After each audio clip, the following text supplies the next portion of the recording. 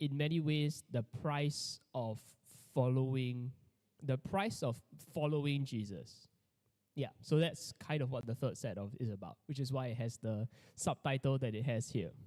Okay, so without further ado, actually let's just pray before we begin proper.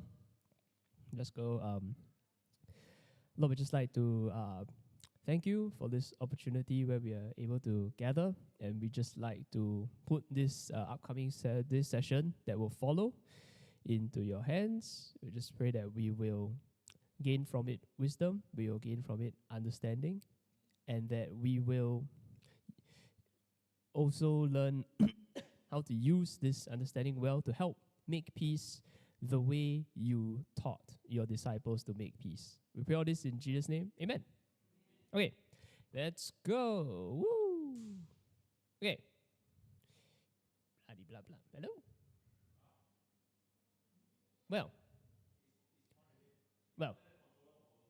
Yep. It definitely is shining. So. Oh, well, it was delayed. Okay, fascinating. Was it just delayed or something? Yeah, it seems to have been delayed. Yeah, okay. Never mind, doesn't matter. All right, here we go. So, the seventh beatitude goes as follows. Happy are those who make peace, for they shall be called children of God. For your reference, this is the third time some sort of idea of children of God has shown up in the beatitudes already. So, we will go on to... at some point, maybe we'll talk about this, but this concept of inheritance, of like there being an inheritance of God that can be picked up by people, is a running theme in the New Testament as well. But let's not cover this one too much. It's a whole other topic by itself. But I'm just going to point out that this is going to be a running idea that honestly runs through the whole Bible as a whole. The idea of being God's children and what that's supposed to mean. Okay, so just some quick translation notes. The actual word being used here for make peace is erenopoi, which is specifically it means peace doer or peace restorer. So it's not just you make. So the peacemaker feels a little neutral in that sense. But what they're trying to say here is, so the word that's actually being used here is you do peace. Like peace is something you need to work with. And it also means peace restorer. So it means that peace is not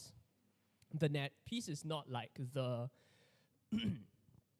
yeah, and if you go back to what we spoke about in the previous session, where we talked about the Beatitudes about righteousness, and the idea of hunger and thirsting for righteousness implies that there is an inherent lack of righteousness. If you combine these two ideas together, you get a similar implication here in that peace, a person who makes peace is a person who restores peace, because peace is not the current state peace is not the current state we are in. And peace is not something that is passive. Peace is not the absence of conflict. The word here is peace doer. Peacemaking is the creation of harmony. It's not the absence of conflict. You know what I mean? Peace is not there. Conflict is not there. Because in truth, actually there's always, as long as there's people, I mean, we all know, honestly, in our personal experience, I think we all know that where there's people, there will be conflict.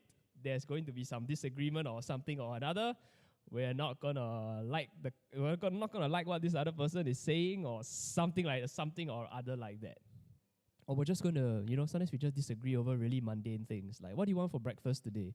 He wants cereal, you want sandwich. Here we go, right? First thing in the morning, right? It doesn't have to turn ugly, but you know what I mean, we don't agree. So in that sense, this peace needs to be made, right? There's a couple of ways we can talk about our differences about cereal and sandwich, right? Like, for example, you want cereal, they want sandwich in the morning. Okay, how about we just make both, right? Can solve, right? So what's a worse way of solving this situation? You can always, what about you say, wow, you want to eat cereal, but cereal is lame, leh. Cereal very sweet, leh. Cereal not healthy for you, leh.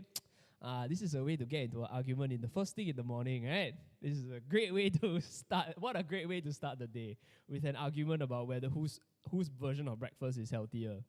But you don't have to do that. Yeah. So, yeah, I'm just giving an illustration here to talk about this idea of like peacemaking. It's an active process. And this is actually really important to Jesus' setting at that time. Like, it's really important to talk about the idea of making peace. Because I think as we covered previously, all is not well, all is not peaceful in the land that they live in. So, okay, from our previous sessions, what's some of the problems that they are facing? Yes? Yeah.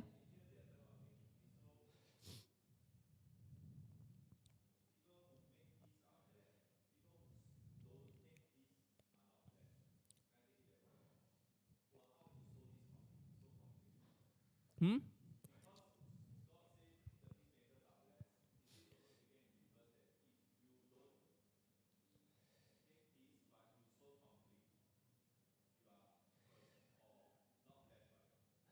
Okay, so if you...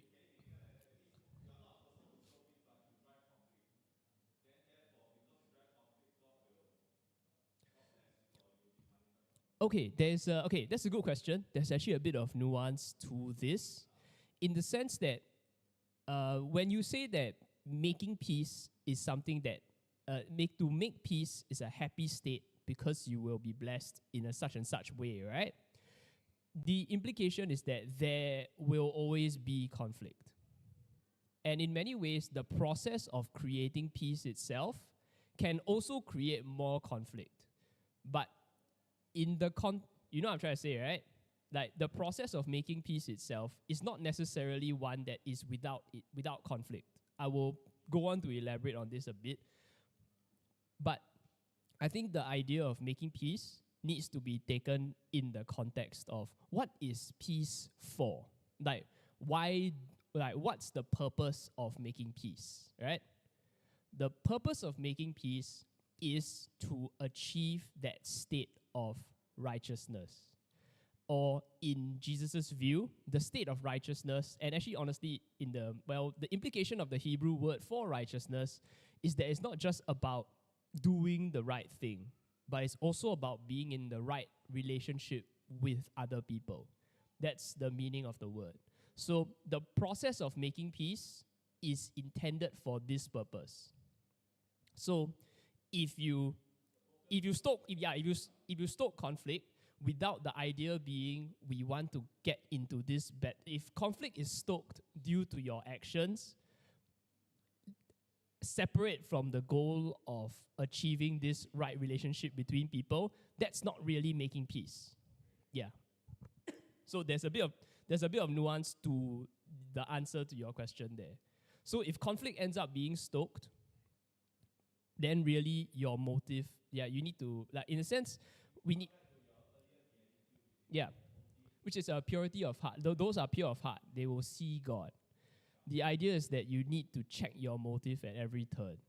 Yeah, it's a scarily high standard, actually. Yeah. Jesus will also go on and say, yes, I know this is a very high standard. We'll mention this in session 6. Yeah, Jesus is aware that this is a very high standard. Yeah, so we were talking about, remember we were talking about how,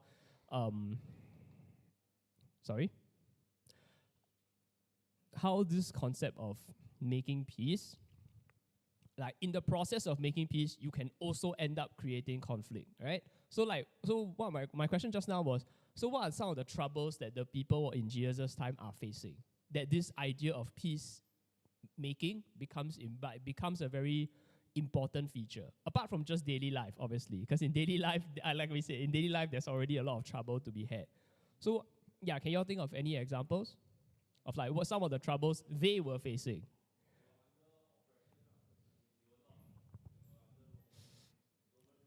Yes. Okay. Yes. Perfect. So that's like one of the major issues that they are facing at that time, which is simply that they are under the rule of a foreign power with whom they have a somewhat antagonistic relationship. It's not completely antagonistic, but it's definitely not friendly. Yeah, it is not great. And also, there is the issue that, remember we talked about Jesus starts in Galilee, right? And Galilee is a place that largely Galilee is considered a backwater of a backwater. Do I need to define backwater? 就是说，this is like the ulu spot of an ulu spot, you know. So at this time, it's important to note that Judea is far from the center of the Roman world. It's not a super important place. It's like ulu. And even for the standards of Jewish territories, Galilee is pretty ulu. This will change, but right at this point in time, in like when Jesus is alive, like 20 odd AD, is pretty ulu. Yeah. This will be different in 100 years or so. But hey, you know, people are living at that time, they're not going to live 100 years, right? So this is the reality they live in. And also, not only are things not friendly between the Jews and the Romans, things are not the best between Jews either. And I think we all know that some of the biggest conflicts we have when it comes to making peace or doing the right thing is when people start arguing over how to do the right thing, right? I think everybody agrees that good things are good and bad things are bad, and that we should do more good things and we should do less bad things, right? But I think we find we argue a lot over what exactly is the good thing. Yeah, it's like, what exactly is the bad thing? And how do we do, after we've agreed on that, then there's more argument about what is the good thing exactly, right? That happens a lot. I imagine there's actually very little debate about the really basic stuff. It's really about the arguing between people who are trying to do the right thing where things get really tough.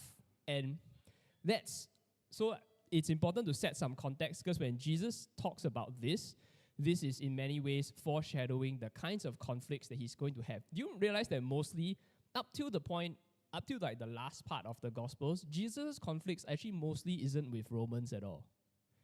Jesus fights with the Romans very little. In fact, not at all, right? They don't actually come into conflict with one another. Who does Jesus fight with the most? As in, like, in terms of in his context, like in his like human context, who does he end up fighting with the most?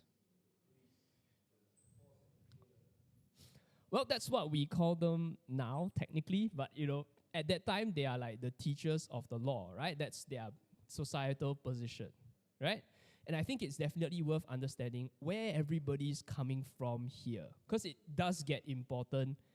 It's very important to understanding the rest of the Gospels. Like, why are they in conflict? Why do these people have this role? Why do these people have this position? What's happening, actually? Okay, so, hang on. I only changed it on my side. Whoops, sorry. I was like, something's wrong.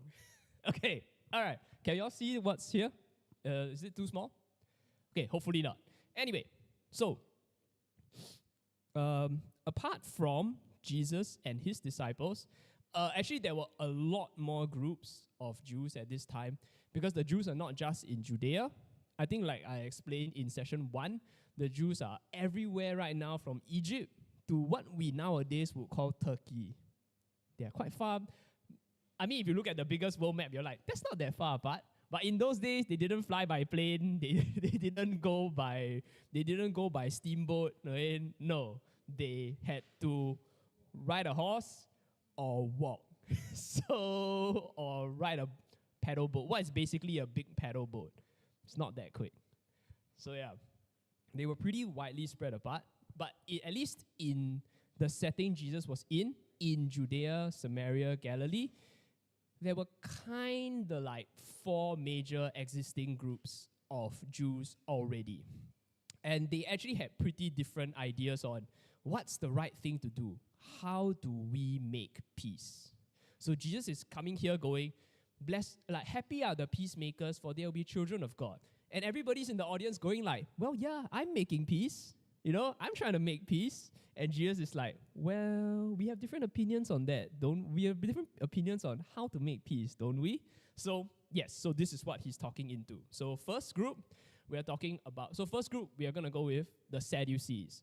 These people, so the Sadducees is technically the Greek way of saying what they would have been called in Hebrew, which is Zedukim, which is, so this is literally from Zedek, which is righteousness. So Zedukim means those who are righteous, or the righteous ones. So they would also have been called so it has the same root word as the name Zadok, if anyone remembers who Zadok was. Does anyone remember who Zadok was? So Zadok is one of two major high priests during David's time, alongside this fella called Abiathar. So in a sense, the Zadokites would have considered themselves the followers of the righteous line of priests. That's kind of the vibe we've got here. That's the vibe we've got here, and they are the elites of their time. They are the religious elite, and in many ways, they are also the political elite. Because at this time, religion, politics, definitely in bed with one another. Well, that's also true nowadays to some extent, but okay. There's also another rabbit hole we shall not go down now. So, just need to know that they are essentially both the religious and the political elites. They are the priestly class. So when the Bible says the priests and the high priests and stuff like that, they usually mean these guys. Usually. This is not an absolute thing, for sure, because there are various religious governing bodies in the Jewish world at that time. We will not go into this yet, but just need to know that it's mostly these dudes. So they are from the time of the Maccabees, when the Jews revolt against the Greeks. So the Jews revolt against their Greek rulers. This is before the time of the Romans. They revolt against the Greek rulers, and they establish a semi-autonomous state for a while that lasts for 60 to 100 years, depending on who you're asking, and before it gets resubsumed by Rome. So this is where their legacy of being the 就是说他们就是那个封建 封建的就是 they represent the 封建 of society, the kind of the class system. They're at the top. And they were also the ones who have largely brokered the current deal that they have with the Romans. So in many ways, their interest is to keep this deal, right? They represent the old deal. They are the old order at this time. So, sorry, I used the word here conservative, although the truth is that please do not relate terms like conservative and liberal to our current ideas of what that means, because the concepts of conservative and liberal are always relative to what we consider to be what's the center. You get what I mean? So ideas of conservative and liberal have always been relative in this sense. So when I say conservative, what they mean is that they emphasize the conservative or traditional elements of Jewish culture. Or at least they see themselves as the protectors of that. Trust me, not everybody thinks that way. Trust me not when they say we are the protectors of Jewish tradition. Trust me when I say that other people didn't think so. But that's how they saw themselves. But because of their deal with outside powers and the greater emphasis on written records at this time, they emphasized the written Tanakh, which is the law and the prophets, and they de-emphasize the Jewish oral traditions. They are also part of the reason why the oral tradition stopped being the oral tradition and started being written down, but whatever. Okay, so for notable characters, you have people so the two high priests that are featured in the Gospels and in Acts of the Apostles, Caiaphas and Ananias, these were both Sadducees. Okay, so in that sense, they would have, so in that sense, so these people are more conservative. They are more like they are kind of cozy with the Romans. So they would have sort of seen like these newfangled like populist like appealing to the sinners and to the lowborn people as being like, you know, like it's in many ways it's a political threat to them. Like that's kind of politically threatening.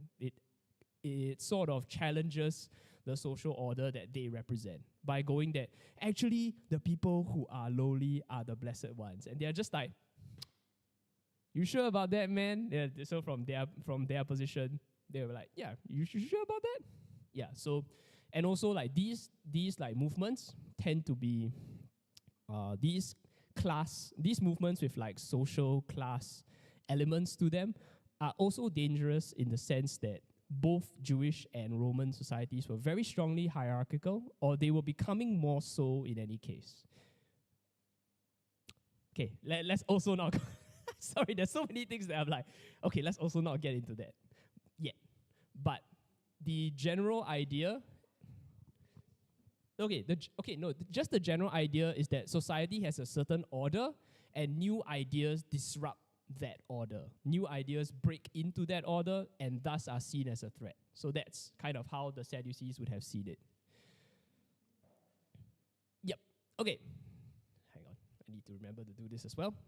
Okay, so the next set of people are the people that Jesus clashes with the most. These are the Pharisees, or so they would have been called. So the Hebrew for this is paruzim, or ones set apart. So it's a separate people. That's paruzim. So these are technically mostly not priests. These are mostly like synagogue leaders. So you can see the difference between this and this is that one of them is also a political office, like, you know, like they're also a politician, as well as, like, imagine if pastor was also a politician. Like that's the Sadducees, right? So the Pharisees are mostly not that. They are mostly like community leaders. So it's someone more like deacon swimming, or someone more like like for example, Elder Chuantek. Like that's more of what they are. People who study the Bible, people who lead like small lay communities of people. They are technically not priests, or yeah. And also the Pharisees are associated with the scribes, who are also teachers of the law. But they are not usually community leaders. They are usually professionals, and they're usually professional studiers of the Bible. So it's like if I went to school to go and study the Bible, yeah, I would be a scribe. Yeah, so that's kind of the difference. So being community leaders, they were much more in touch with like the practices of the people and how that was different from the law. So the Pharisees strongly emphasized the book, the Torah, the law, and the prophets, but they also strongly emphasized the idea that this should be applied, like it should be made applicable to people.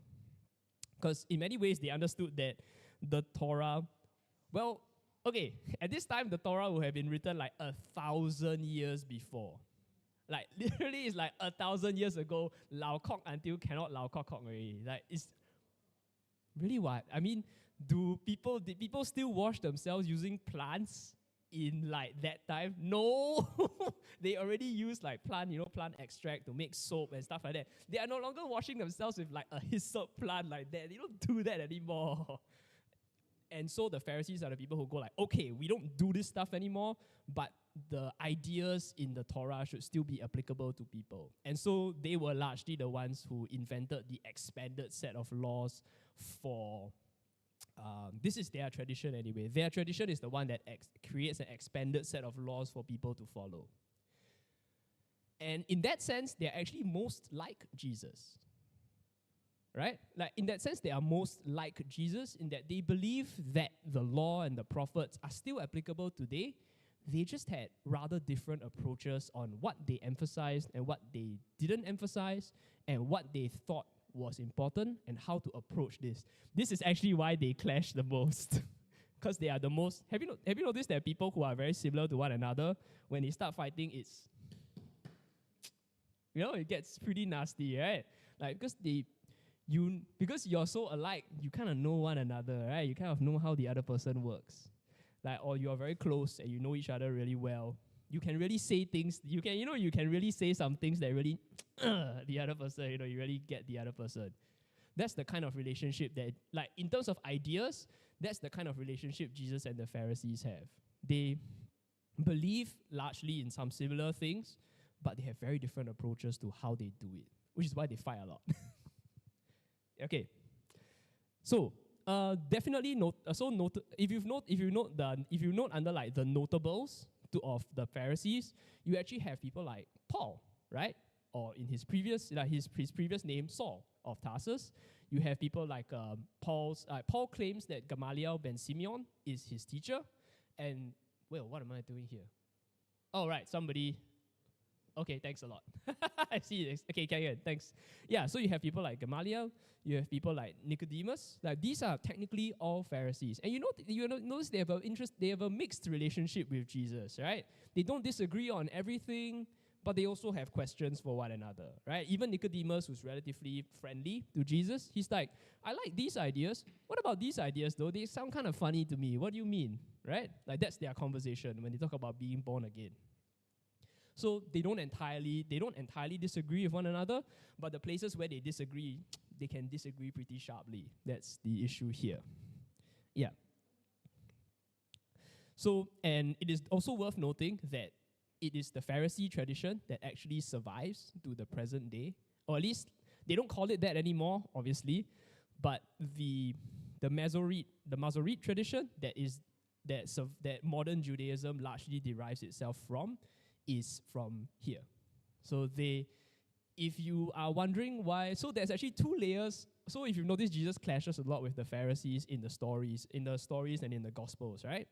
There's two layers of reality to this. One is that their ideas were very similar, and so they are fighting over the nitty-gritty details would have been a big feature of their relationship.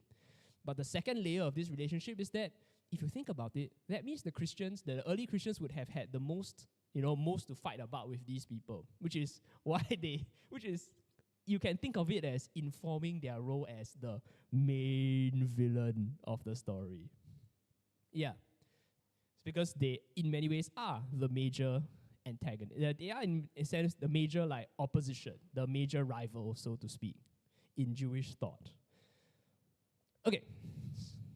So, group number 3 is, I'll go over group number 3 really quickly. So these are called the Essenes, or the Isiyim, who are essentially means like the law doers, or like Torah doers. The etymology for disclaimer real quick, the etymology for this name is still being contested in modern scholarship, so I'm just giving you a possible interpretation of their name. Okay, just possible interpretation. So these people largely are, so their approach to peace, so how do I say this? If the Sadducee approach to peace is, we will adapt to our current situation and deal with who we need to deal with to make peace. We will deal with the powers of our day, and that's peace. And the idea of peace for the Pharisees is, we are going to very strictly follow our tradition and the Torah, and that's going to bring us peace. The Essene solution is, we are going to separate ourselves from this conflict, and then we'll have peace. Because this whole thing is a whole soup of conflict, right? So-and-so is fighting so-and-so. You'll see that there are people who are literally fighting later. Not yet. So the Essene solution is, there's all this fighting, there's all this conflict. We're going to live in a separate community, and we're going to follow the law there, and then it's going to be peaceful. Because it's peaceful out here, right? Like, these people can go fight over there in their corner. We'll be over here. So if you know about the Dead Sea Scrolls, I'm pretty sure everybody's at least heard about it. So the Dead Sea Scrolls are largely held to be the products of an Essene community. I say an Essene community and not the Essene community, because we're not sure if they were the only ones. Like some historians claim that they were a lot more widespread than this, but we've only really found one major, one major settlement they had in Qumran. And we haven't really found the rest of them. Research is ongoing. We'll see how that works out. But yeah, so they take themselves apart from the sinners, and they take themselves apart from like the conflict that takes place. And I think they would also have viewed Jesus somewhat negatively in the sense that, dude, this is the guy who hangs out with the sinners and the Gentiles. What the heck are you doing, man? It's like, why are we polluting? Why are we choosing to pollute ourselves in this way? And of course, Jesus would have disagreed with them in that regard, in that, like, for example, Jesus says, it is not the healthy who need a doctor, yes, but the sick. And that would have been Jesus' response to that idea. Okay.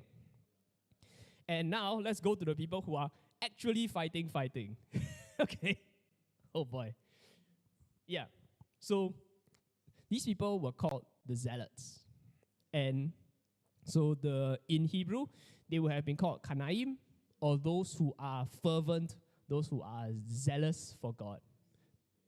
And so Kanaim, so zealot itself is taken from Greek like zelotes, and zelotes meant somebody who emulates someone very strongly. 就是我要向这个人学习, like really want to be like this person. Yeah, so they were quite religiously close to the Pharisees in the sense that they believed in very strong traditional adherence.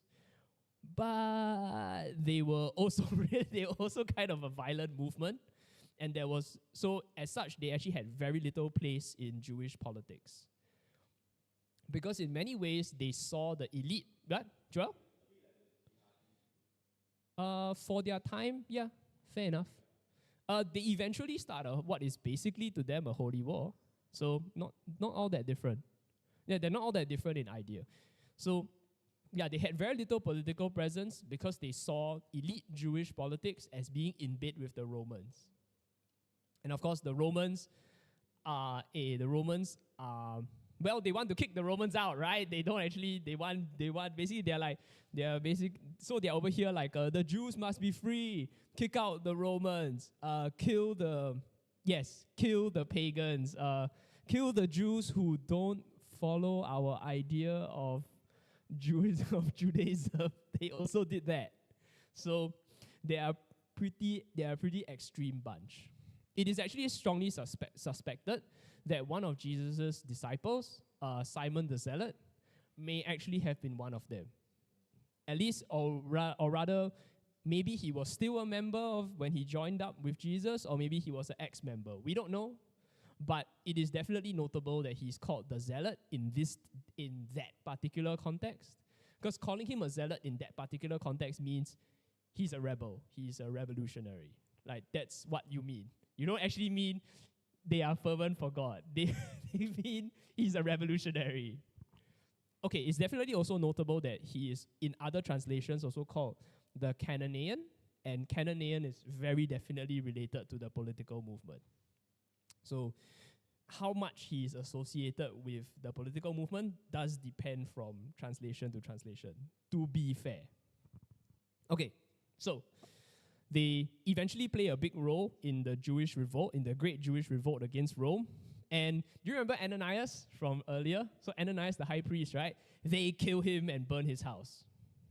Yeah, so that's just the start of what they do. They basically start their campaign against Rome by killing this former high priest and burning his house down, which is always a great way to make a statement. And then they follow it up by murdering pagans indiscriminately and also killing lots of Jews who don't agree with them, which is always a great way to get popular. It's always a great way to be popular. Just kill everybody if I kill everybody who doesn't agree with me, there'll be peace. Yeah, so so their solution is also very different, right? Instead of, we will make an agreement with the other people and it will be peace. Then the Pharisees we'll assert our own identity and that will bring us peace. The Qumran community is, we will extract ourselves from the conflict and that will be peaceful. And the Zealots are, we'll burn down everybody who disagrees with me and then it will be peace. And it's like, yeah, so this is the setting into which Jesus says we need to make peace in the way the prophets used to make peace. Like the way he's harking back to, there is a specific and a more godly way of making peace. That's what Jesus is saying. He's walking into this debate about how to make peace and saying, okay, I think we need to do it this way. Yeah, and so it's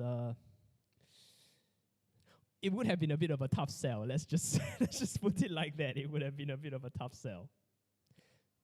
So Jesus now talks about we talked about how the basis of peacemaking is the achievement of righteousness, is the achievement of right relationships with other people. And Jesus essentially says that there will be problems. We are going to disagree with, these people and these people and these people and these people. He's like, there will be problems, right? And he says, but what he says is, happy are those who are persecuted because of righteousness, because theirs is the kingdom of the skies. So actually back to Joel's question from earlier. So when Joel asks about what happens if conflict gets stoked in the process of making peace, right? And that's where Jesus brings back in the idea of what does it mean to pursue righteousness, right? So what does it mean to pursue righteousness? So remember that part when they say hunger and thirst for righteousness, it's qualified by two other beatitudes, right? So it's qualified by the one that says, happy are those who show mercy, for they will be shown mercy. And that mercy is chesed, or that kind of abundant love. Love that doesn't need to be given, but that is given. So that's the basis of this peacemaking. And that's the basis of this righteousness. So it's not just about, people are opposing me, people disagree with me. Clearly, this is persecution. No. Jesus is saying that so the previous Beatitudes set the conditions for what is this idea of you are persecuted because you are making peace. So Jesus is saying, pursue righteousness, love other people, make sure this comes out of, that you pursue that right relationship with other people, make sure that it comes out of love for people. And also, check your motive. Are you just trying to make yourself look good? Are you trying to feel more righteous? Check these things first, and then you know when the opposition is persecution to peacemaking. Yeah, persecution that comes against peacemaking. Right. So like we said earlier, persecution can come from two angles. From those that you're trying to make peace with, and also those people who don't think you're making peace the correct way. We've gone over that whole thing, right? That there are all kinds of people who want to make peace differently from you. So in that sense, persecution's not, so what Jesus is trying to say is that persecution is not a sign of failure. If you are doing all these other things, if you make sure to check all these other things, you make sure to check yourself, you make sure you're doing this out of a pursuit of righteousness, and you do this out of love, Jesus is saying that persecution's not a sign of failure. Persecution is a natural part of that. Persecution and conflict are a natural part of the process. They don't always. Not all conflicts need to get worse before they get better, but Jesus is saying that some of them are going to get worse before they get better for a bit. Okay. So, because, we also need to fight our natural inclination to reach a solution that benefits us most, right? I'm the peacemaker. I want to get, I'm the one making peace over here. Everybody else here just wants to fight. Why is it so bad that I get the most out of this peace, right? I'm the one with the best intentions here. I'm the one who's trying to help, right? I'm trying to help. So why don't I, what's so wrong with a little reward for being helped? And Jesus is like, no, we are looking for solutions that work for everybody. And that's the sort of kingdom that Jesus is implying that his followers should want to build. Okay, and it's going to be, the next beatitude basically talks about how this is going to be, can be a bit of a long-term investment. Okay, so he concludes. Oh yes, Joel, come. Yes. Yes?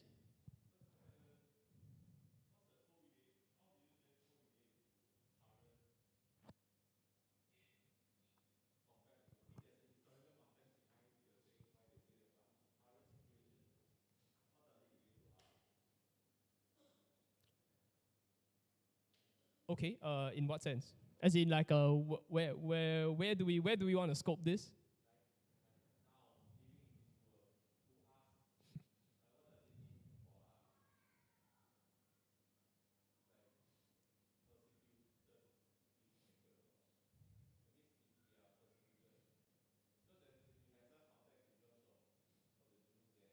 Yeah, yeah.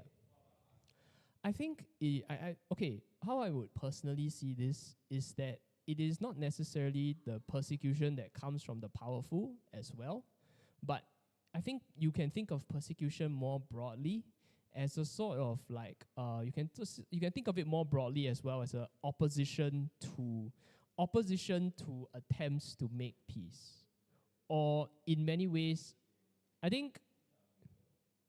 Sorry. Yeah, yeah, don't worry.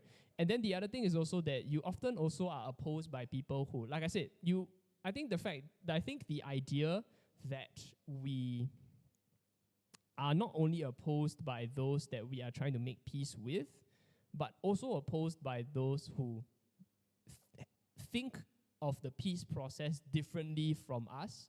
Like, what are the objectives of the peace process? Who wins the peace after the war is over?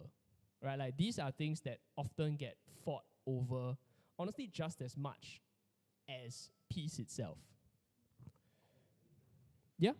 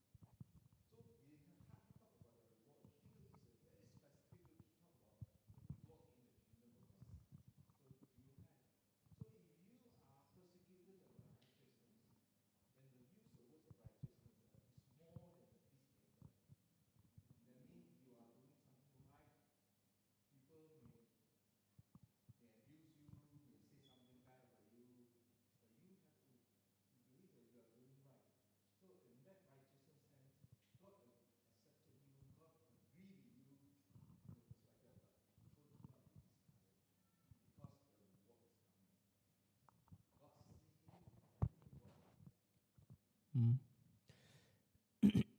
Joel, is there? Yeah, yeah.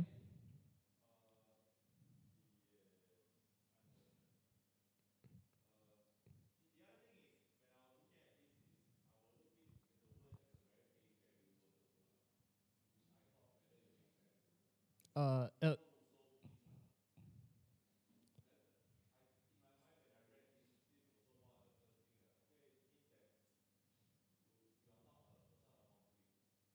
yeah. So peace is, yeah, yeah, yeah, yeah. I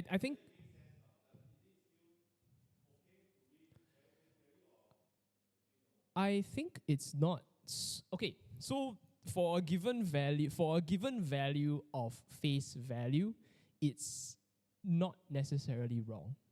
But what I would definitely say is that I think the context into which Jesus says talks about peacemaking implies very strongly that Jesus knew that the process of peacemaking itself is not one that is without conflict. So even though you're not a person who desires conflict, and I think Jesus would be very against the idea of desiring conflict, conflict is going to be part of the peacemaking process. Because you wouldn't have to make peace if there wasn't any conflict, right? If everybody was happy, there'll be no need to make, if we were all happy with one another, and if we were all already living in, righteous, like equal relationships with one another, there wouldn't be, we wouldn't need to make peace. But that's not how that works.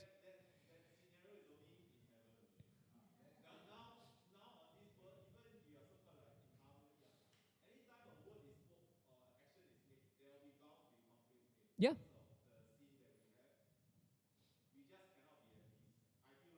Yeah. Yeah, that's why yeah. Yes. Yeah.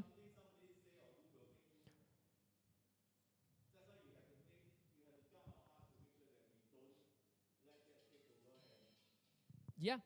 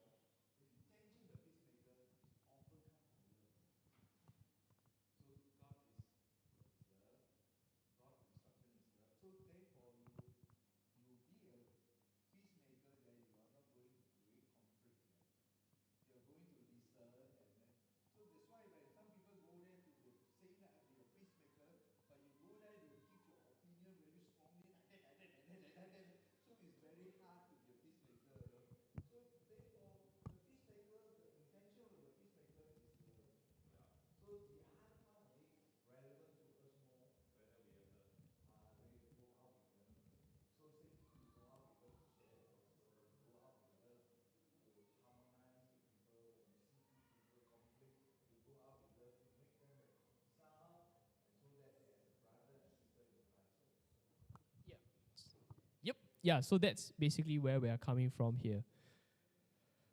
Okay. Anyway, so the last beatitude is where Jesus essentially concludes this idea of like the consequences of peacemaking and how we should feel, how he would encourage people to feel about that. So it is, happy are you when others accuse you falsely, persecute you, and falsely say all kinds of evil against you because of me. Rejoice and be glad, because great is your reward in the skies, for in the same way they persecuted the prophets who were before you. So this is both a conclusion and also a little bit of like foreshadowing. Jesus is in many ways foreshadowing the way in which his ministry is going to go. He's going to heal people. He's going to try to make peace between people. He's going to try and encourage the poor, the downtrodden, the people who are sinners, the people who are outcasts, and he's going to run into trouble with other people who are not necessarily badly intentioned, but they are doing things differently from him. They believe that they are also making peace. They are doing it differently, and they are gonna fight, and that's going to lead to trouble. Yeah, and also the phrase here, "Rejoice and be glad," is because it wouldn't be a set of beatitudes if Jesus didn't reference another psalm or another bunch of psalms. So here we go. Here's the one for this time. This is actually Psalm 118. So you all know that song. This is the day that the Lord has made. Yeah, so this is Psalm 118:24. The other possible translation of that, because there's actually a couple of verses that come before it. So it's actually, the couple of verses that come before it is, "The stone the builders rejected has become the capstone. The Lord has done this, and it is marvelous in our eyes." Then 24 is, "The Lord has done it this day. Let us rejoice and be glad." So this is kind of like where this is like from. And all these songs about the Lord's love endures forever, the Lord has done it for us this day, let us rejoice. This is all very much derived from what is arguably the first the first Jewish praise song, which is the praise song that they sang after they crossed the Red Sea. So this is in many ways retelling and rewriting and reinscribing that story. That's where this is from. And that's also the kind of hope that Jesus is calling people towards. People sang that song because the Lord delivered them and they were saved. And Jesus is also trying to say similarly that this, the reward for the peacemaker is something like this. The reward for the peacemaker is access to this deliverance and salvation as well. Even though you are persecuted, even though you are opposed, God sees what you've done and you will have that deliverance. You will have that salvation. That's why he goes, in the same way as they persecuted the prophets who were before you.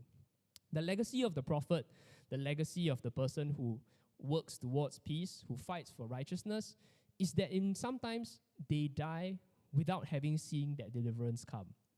That their life may end without that deliverance ever coming. Like, for example, characters like Hosea, characters like Jeremiah, characters like Isaiah, they talk about coming judgment and they talk about coming deliverance. They don't necessarily stick around for long enough for that deliverance to come. But they become part of a tradition. They become part of a institution, like a community of people who believe in deliverance and who work towards deliverance. At this time, in Jesus' time, the people who are trying to make peace are split up into all kinds of different groups. But these groups are all derived from that legacy of people who fight for righteousness and for peace. That's where that legacy comes from. And Jesus is saying that we will build something that's like this. We will build something that's better, perhaps, even. Let's see. Next. Oh boy, did I just leave that? Okay, hang on. There's probably some animation here. Sorry. I thought so. Okay. Sorry, I forgot I put animation in. Oh dear.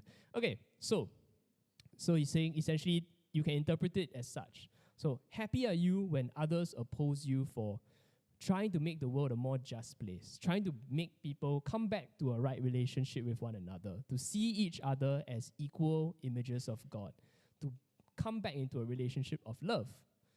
And happy are you even though you don't see the fruit of your labor. Like when you are opposed, when people oppose you, when people persecute you, sometimes you don't see the fruit of your labor. Sometimes it doesn't take fruit in your hands. Like sometimes it passes out of your hands and maybe it will go into someone else's some years down the line. And that's when it sees results. That's fine. Because the communities we build, the efforts that we do, they live on after us, even if we don't see it. There's a hope there. There's a hope there on earth, and there's a hope in heaven as well. Yeah, so that's the introduction. So that's just the introduction of the Sermon on the Mount, by the way. 4 sessions in, and yay, we finished the introduction. Woo! Yeah, there's still a lot more. There's still a lot more. Yeah. What? I feel like I half recovered while speaking, but no, I know myself well enough to know this won't last. I need to go back and sleep. I know this is only temporary. But anyway, yeah, so this is the end of the introduction. So where we'll be going next time is Jesus is now going to shift. He's going to shift gears. Introduction is done.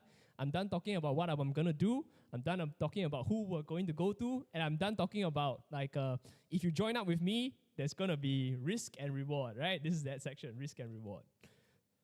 He's going to change gears, and he's going to go into something that every rabbi ever has to do. Rabbi, what's your opinion on Jewish law?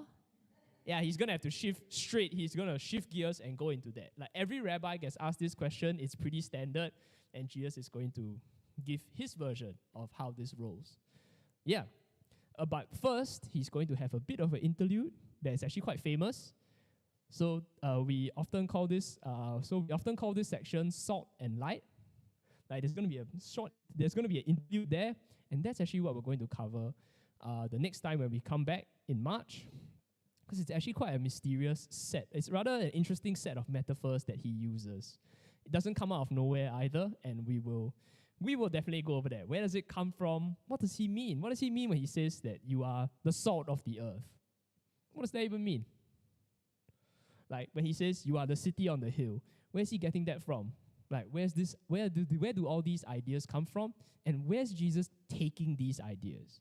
Because Jesus is not only bringing these ideas, like we see in the Beatitudes, Jesus brings in a lot of ideas from what in his day would have been the scriptures, the law and the prophets. He pulls ideas from the prophets, he pulls ideas from the Psalms, and he goes like, there's wisdom here, let me relate it to you.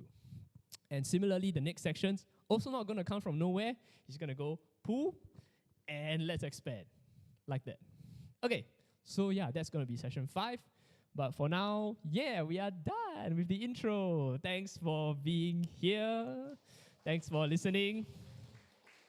And thanks for helping to us. Thanks for asking questions. Thanks for explaining things from like a perspective that's, sometimes I'm like, how should I do this? And then thanks for your help. And now let's have a short quiz. What? Yes, yeah. Now let's have a short quiz. This time with prizes provided by an anonymous but dearly loved sister, all the same. Yes, thanks to her for providing the prizes because I was puzzling over what I should do. No lah. This one our brother Mervin provide for free. This one, hello. No, Daddy?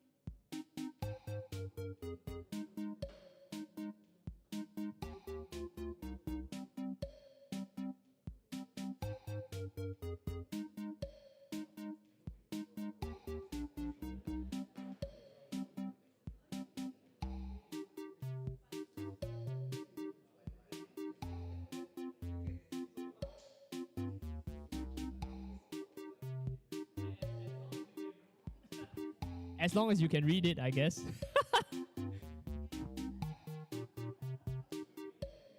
Okay, is everybody in? Is anybody not in yet? Okay, if everybody's in, then let's start in 3, 2, 1. Okay, hit it. Oh, not yet. Okay.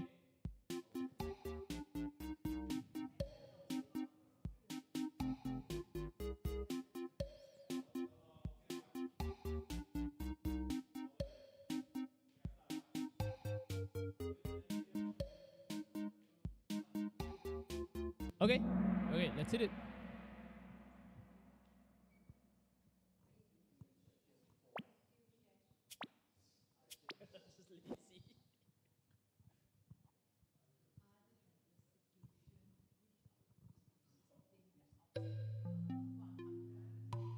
Yeah, see, that's the problem. That's why I was just like, hello.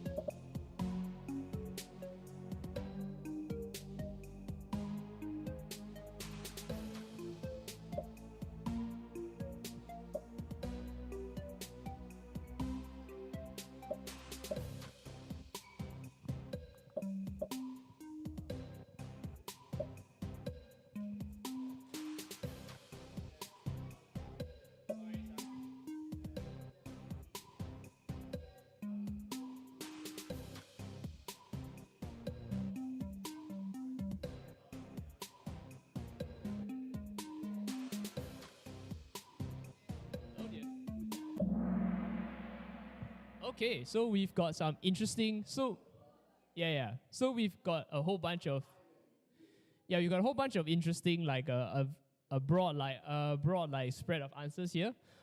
In many ways, so insofar as righteousness is the idea that we are to be in right relationship with one another, and righteousness and justice in that sense indicate that we are meant to be equal. Like the idea of righteousness and the idea of being in right relationship with one another can only happen because people have equal value in God's eyes. If not, Jesus would ask, if that's not the case, if this right relationship is not something people are looking for, why, as in if people are not equal in God's eyes, why do you need to be righteous to one another, really? Like, what's the basis for being righteous to one another? At least from Jesus' worldview, that would have been the case. So in some sense, a peace solution that is steeped in righteousness and justice and love for one another should benefit everyone and not benefit one person most of all. Nobody wins the peace by themselves. Yeah. And then, of course, the second one, the self-righteousness and oversensitivity to opposition, not being able to identify like when something is persecution and when somebody just disagrees with you in some ways, is also a great obstacle. It's also a very serious obstacle to peace much of the time. If you end up creating more conflict than you make peace, well, you kind of get in your own way. Okay, anyway, next. Wow, Doraemon. My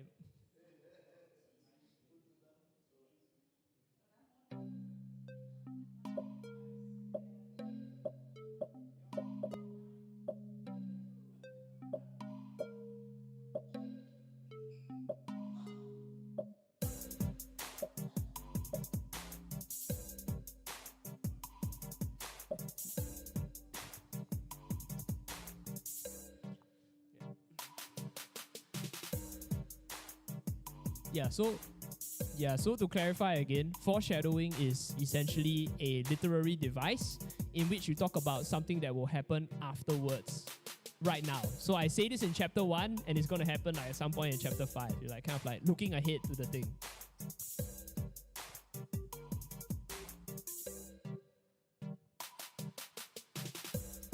This music not bad.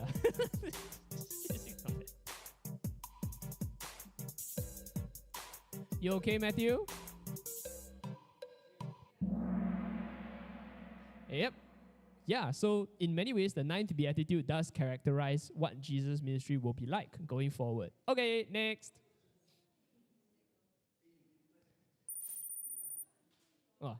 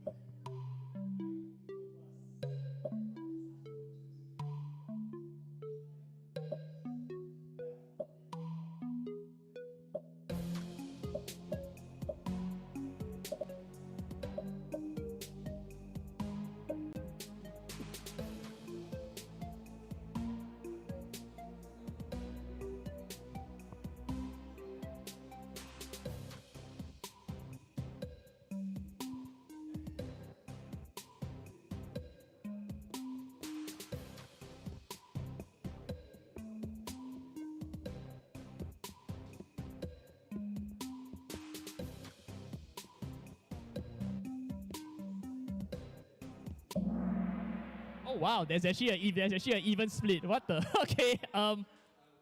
Right. So as I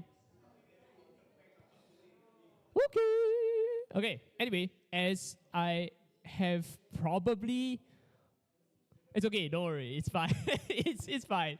So okay, unfortunately there would be very few Sadducees after the Great Jewish Revolt. Because the Great Jewish Revolt is the one that they have against the Romans in the like AD 66, and they absolutely get blown up.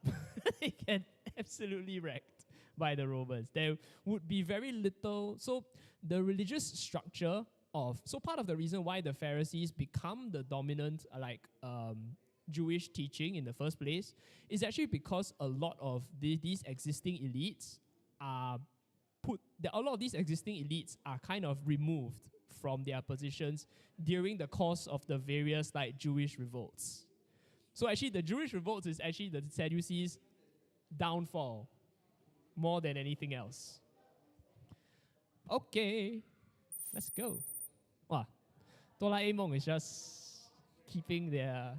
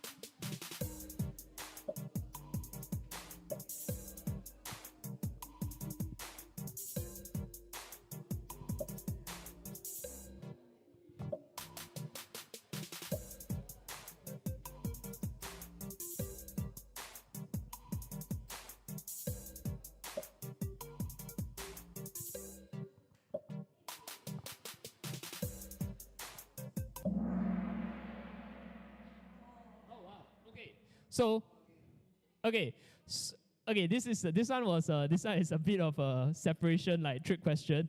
So, okay, so actually most of these things are not wrong in some way or another.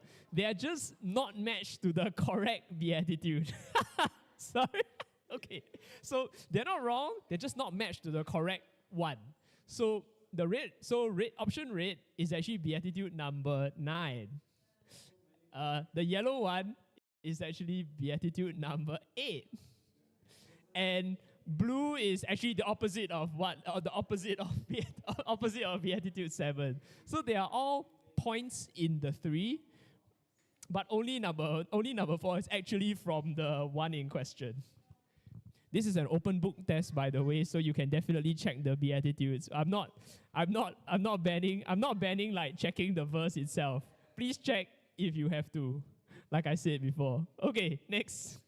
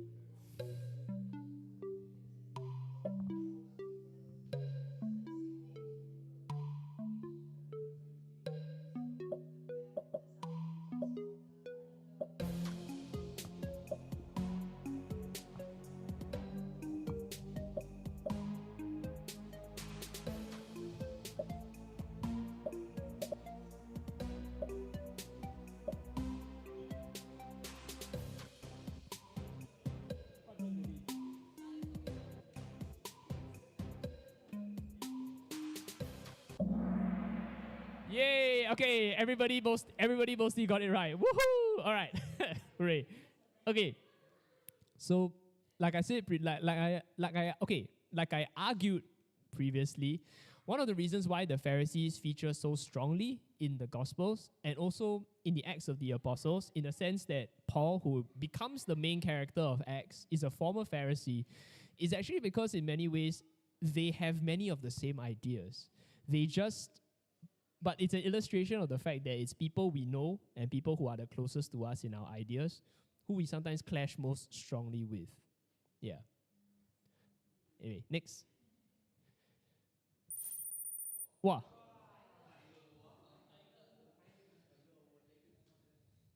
Okay.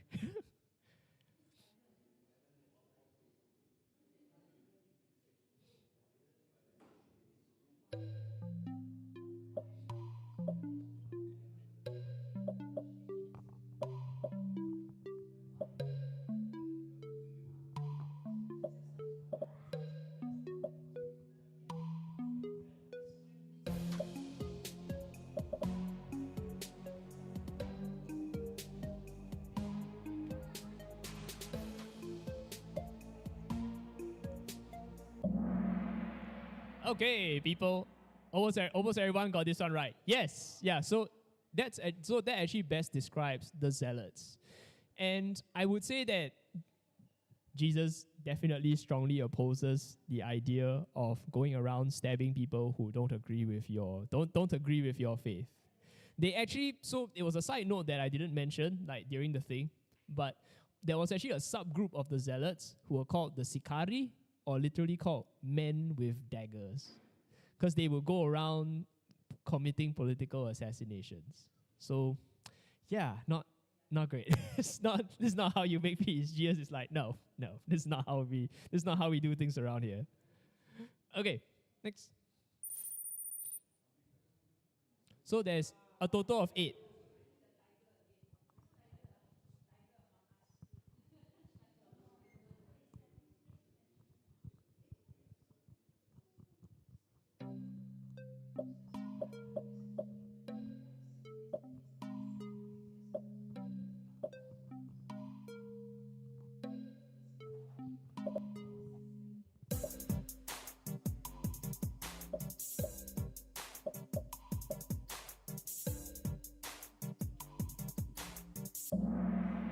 Okay, yes, the answer is true. So the Essenes, or what we know as the Essenes, were people who set themselves apart in separate communities, like somewhere out away from the main centers of civilization, and there they would practice their Jewish tradition. But I think from the way Jesus hangs out with tax collectors and prostitutes, but he also takes questions from religious leaders and has debates with Pharisees. Jesus is saying, in this way, Jesus' life is actually an example of putting yourself into to be a peacemaker. You can't stand like really far away from the harm and go, hey guys, over there, let's go make peace. That's not how you make peace. Jesus is like, step into the conflict, and then we are in a position to mediate. Okay, next. Wow.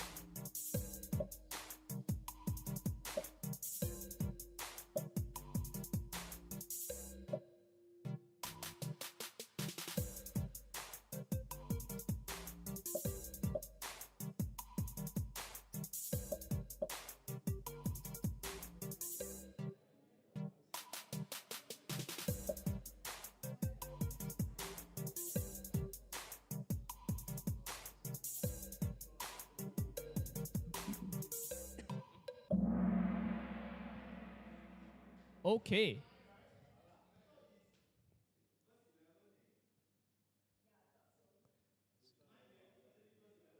What? Okay, so how I would say this is that, so blue and red are actually pretty close to one another. Yeah, they're actually pretty close to one another. So both Beatitude 8 and 9 do cover the idea that you that persecution is not a sign of failure, but rather persecution is part of persecution, and opposition and overcoming opposition and dealing with opposition is part of the process. However, Beatitude 9 is the one that specifically talks about the legacy of people who made peace and who did not see peace come to pass in their lifetime. And Jesus is saying that even so, that's no reason to give up, but rather it's a reason to hope in God and also to create institutions and traditions of peacemaking that can outlive you. So even if the work takes longer than your lifetime, even if the work outlives, like the work outlived Hosea, the work outlives Isaiah, the work outlives Jeremiah, they all die before deliverance comes. That Jesus says, but just like them, that doesn't mean you give up hope. Yeah, that doesn't mean you give up hope. That doesn't mean you give up trying. Build those institutions and they will outlive you. That this is on earth. And as they say, as above, so below. It says the institutions will outlive you and peace will come. And God will reward you in heaven. As they say, as above, so below. Okay, next.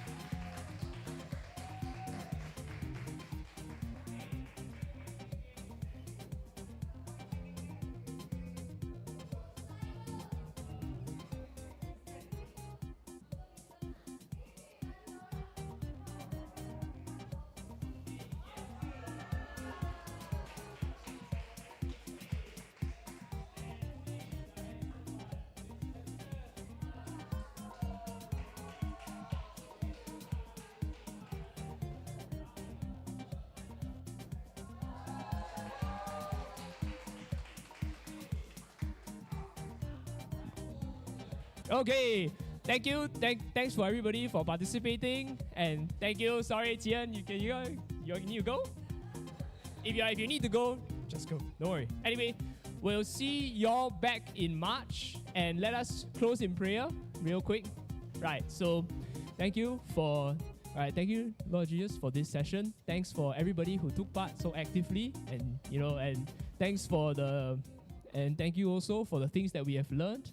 We pray that this learning will stay with us and will carry this learning with us into our daily peacemaking in all things big and small. We pray all this in Jesus' name. Amen. Yes, thank you. Those who need to go. Right. We'll see you all in March. Yes. Oh, yeah.